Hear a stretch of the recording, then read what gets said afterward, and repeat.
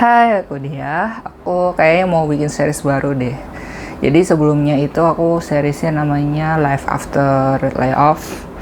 Tapi sekarang mulai masuk ke chapter baru, lebih ke healing. Jadi aku mau namain series ini Healing Journey. Nah, kenapa aku mau bikin series Healing Journey? Karena, aku mau ngasih tahu dulu, aku bipolar. Sebelumnya pernah skizofrenia juga, tapi sekarang lagi bipolar, lebih banyak depresinya sama manianya ya kayak gitulah. Bulan Mei kemarin tuh aku ngerasa kayak aku lebih kayak mania gitu sih. Gitu, aku banyak bermasalah dengan orang lain karena aku merasa superior gitu. Jadi ya banyak masalahnya gitulah. Terus masuk ke bulan Juni, aku tuh mulai depresi. Dan depresinya itu sampai mikirin hal-hal yang negatif gitu. Negatifnya itu sampai capek gitu lah istilahnya ya. Kalau orang capek itu kan, orang depresi yang capek itu kan mikirnya itu udah aneh-aneh gitu kan. Nah, aku udah mikirnya sampai sejauh itu. Terus karena pikiran aku udah gelap banget, jadi aku milih buat ke psikolog yang offline gitu. Jadi sebelumnya itu aku sering datang ke psikolog tapi online. Nah, cuma masalahnya kalau datang ke psikolog online itu, aku tuh nggak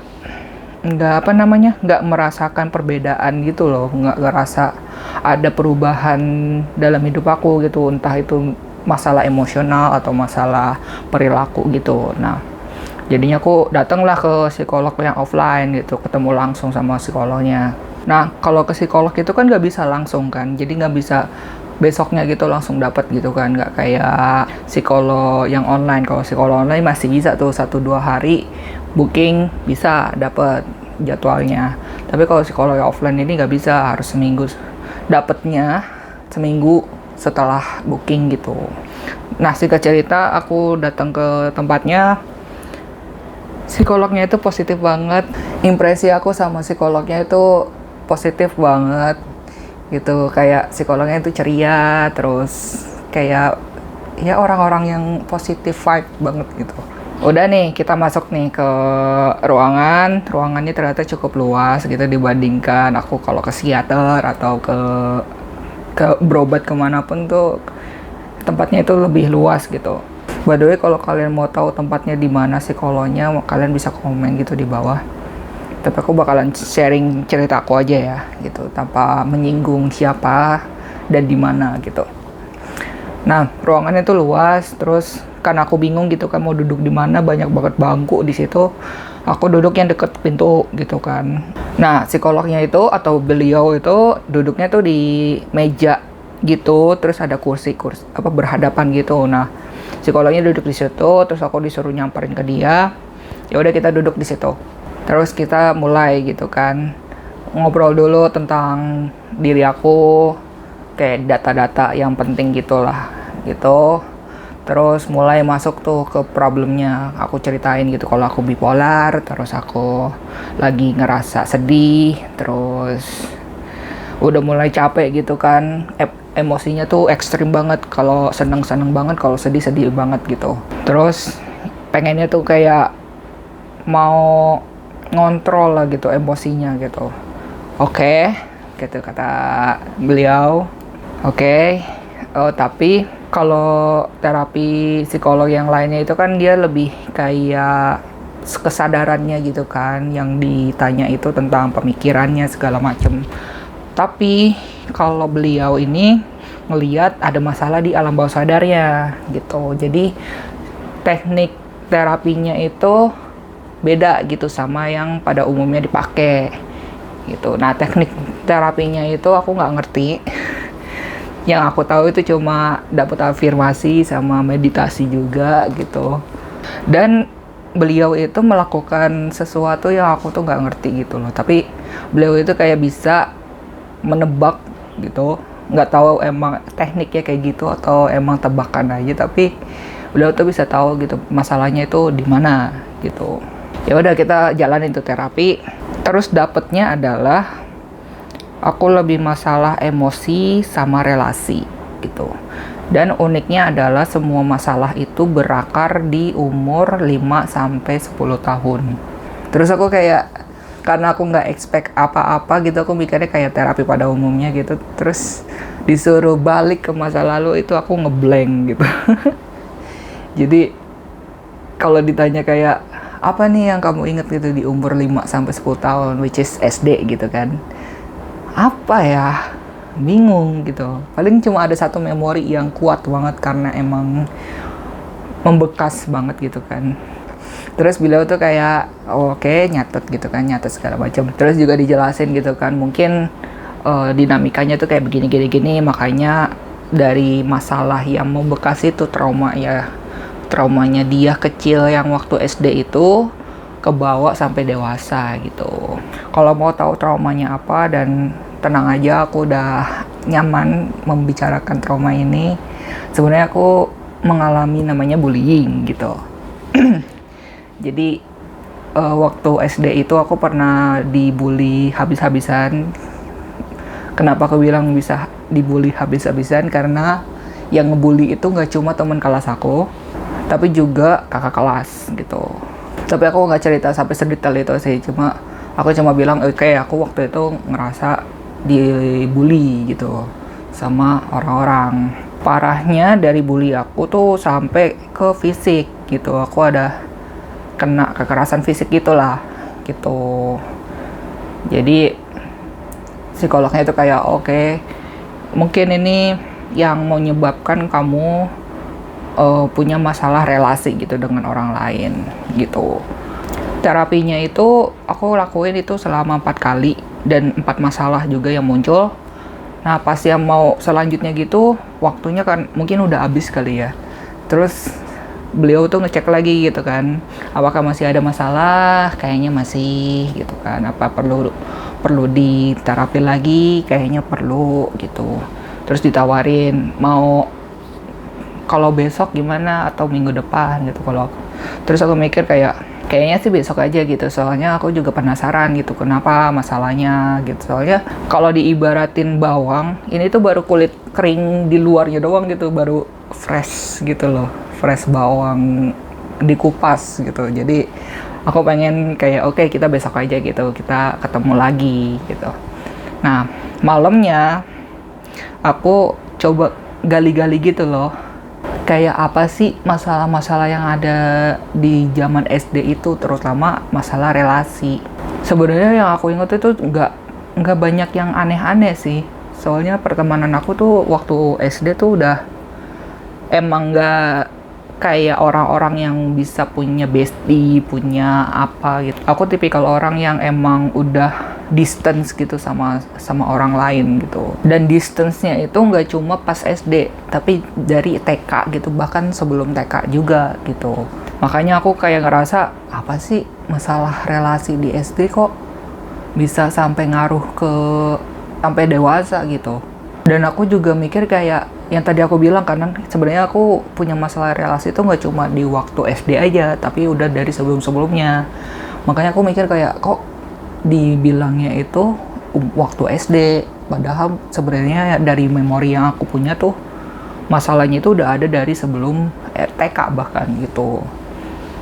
Jadi aku coba catat gitu kan, yang SD terutama kayaknya nggak banyak masalahnya gitu, paling cuma emang ada satu core memory aja gitu yang memang negatif banget gitu, bullying gitu.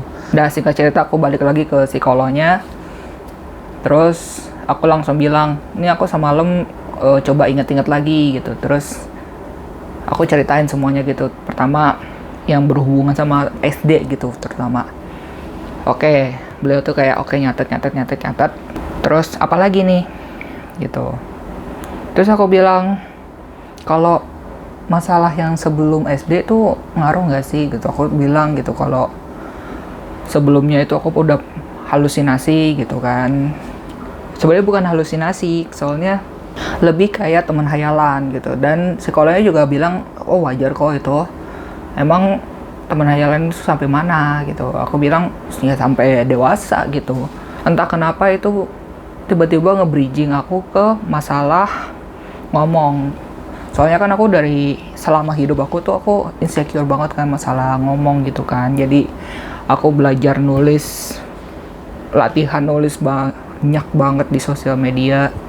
Terus aku sekarang belajar ngomong gitu.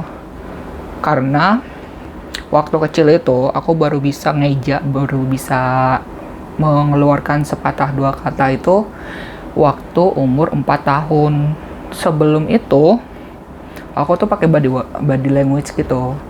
Jadi kalau minta apa aku langsung pakai body language lah.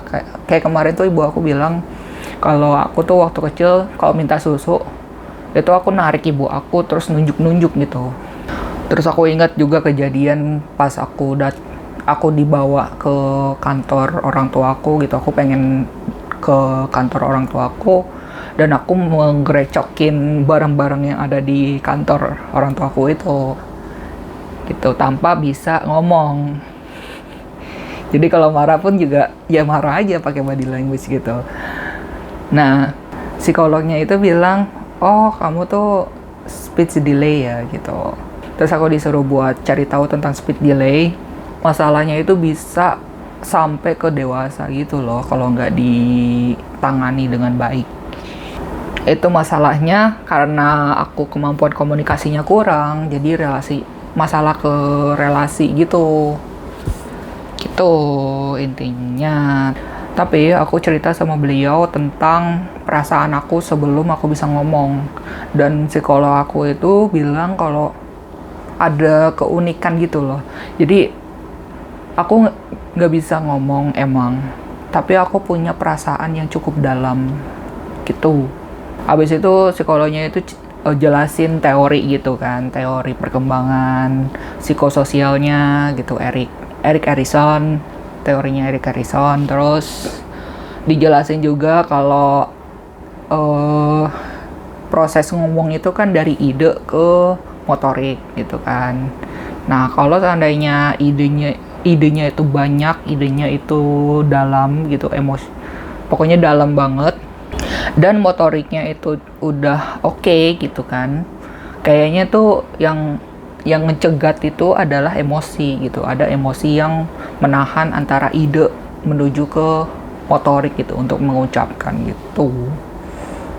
Terus ya singkat cerita kita terapi lagi lah, dan bisa ditebak masalahnya adalah relasi semua. Kayak aku ngejalanin terapinya itu 4 kali dalam waktu itu, dan semuanya itu tentang relasi. Terus dicek lagi ini perlu ada lanjutannya atau enggak, terus dicek kayak oh enggak sih, enggak ada sih, kayak oke sih udah selesai gitu kan. Dan kita ngobrol aja gitu kan. Aku agak terharu sih sebenarnya sama obrolan setelah terapi itu. Ya intinya kita ngobrol-ngobrol, terus aku juga pertama kalinya pelukan yang cukup hangat gitu. Terus akhirnya aku keluar ruangan gitu. Terus kan aku udah selesai nih. Nah, masalah aku kan 2 kan, berarti memori tentang bullying gitu. Bahkan psikolognya tuh bilang kayak kamu tuh bisa tuh sharing tentang bullying gitu, soalnya kasusnya tuh banyak, cuma orang tuh gak berani ngomong gitu kan. Mungkin aku pelan-pelan gitu buat mengedukasi tentang bullying ini. Aku juga masih memproses emosinya, memproses memorinya juga untuk bisa disampaikan dengan runut gitu, lebih tepatnya lebih runut, lebih bisa dipahami sama orang lain tanpa men-trigger orang gitu. Tapi masalah yang kedua itu adalah speech delay, which is masalah yang bukan triggernya dari orang lain gitu loh. Ini lebih ke kondisi aku gitu. Nah, masalahnya kan kalau masalah relasi itu kan lebih banyak komunikasi kan, lebih banyak ngomong, lebih banyak berinteraksi gitu kan, sosial gitu kan. Sedangkan aku tuh orangnya tuh susah buat ngomong gitu kan. Ini pun juga aku bikin YouTube ini tuh buat latihan ngomong juga gitu. Akhirnya aku cari tahu lah tentang terapi ngomong gitu, apakah aku perlu atau enggak gitu kan. Aku nanya, sebenarnya baru booking sekarang sih, baru booking hari ini gitu, sebelum bikin video ini. Aku nanya gitu kan, oh ini masalahnya kalau ngobrol 2 arah tuh nggak lancar gitu. Jangankan ngomong 2 arah, ngomong sendiri kayak gini aja tuh masih nggak lancar gitu. Terus dia kayak, oke, kita bisa kok di terapi gitu untuk masalah komunikasinya Dan yang kagetnya adalah di situ kan ada paket-paketnya gitu kan. Ada yang 4 kali, ada yang 8 kali, sampai 30 kali. Dan aku tuh dapatnya tuh yang 8 kali gitu. Dan aku jujur agak bingung sih. Kayak itu 8 kali ngapain aja gitu kan. Cuma ngomong doang apa gimana. Soalnya aku tuh ngerasa kayak ya emang sih aku ada masalah. Cuma masalah ngomongnya itu nggak separah kayak aku gagap gitu loh. Kayak kelihatan kan dari sini kayak aku bisa mengkomunikasi aku. Tapi kelihatan kan aku bisa komunikasikan apa yang aku pikirin, apa yang aku rasain. Cuma emang karena video jadi aku bisa edit-edit. Tapi aslinya emang sih kalau ngomong tuh ada jedanya gitu. Kayak lama banget mikirnya gitu buat ngerespon kalimat apa kabar itu kayak ini gue bilang baik aja atau jujur gitu, aku nggak baik-baik aja kayak gitu modelannya. Ya udah, itu baru hari ini jadi aku nggak bisa sharing banyak. Mungkin beberapa minggu ke depan aku bakalan sharing tentang terapi bicaranya gimana gitu. Cuma intinya adalah di series ini aku bakalan fokusin ke healing aku. Aku ada firasat kalau proses healing ini tuh bakalan lebih cepat daripada yang aku bayangin. Dan insya Allah kalau diizinin mungkin aku bisa sehat mental, amin, pulih, amin, stabil, amin, dan bisa beraktivitas seperti biasanya gitu. Dan ini bisa ngaruh ke pekerjaan aku juga insya Allah gitu. Oke. Thank you for watching, see you in the next video, bye bye.